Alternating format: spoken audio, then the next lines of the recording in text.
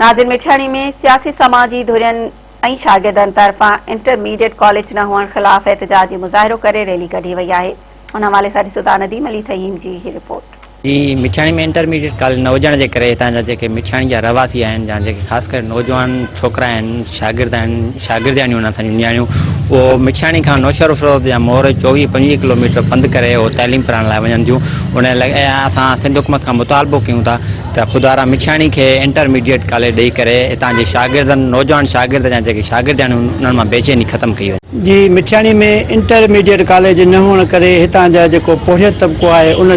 उनजो औलाद वधीक तइलीम हासिल नथो करे सघे ऐं हू पंहिंजे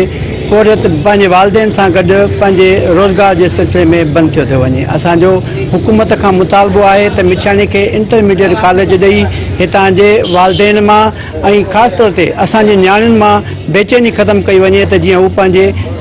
वधीक तइलीम पढ़ाए सघनि। जीअं त बाबा मिठाणी टाउन जेको आहे असां शहरी वासी जेके आहियूं सुजान धोरियूं सियासी अॻवान असां ख़राज तहसील पेश करियूं था प्रेस क्लब जे सदर ऐं जेके सहाफ़ी सथ आहे उन्हनि खे असां सलाम पेश करियूं था छो जो अॼु ॾींहं ते कंहिं बि इन तइलीम जे इशू खे न खयो हुयो। असांजे मिठाणे जेको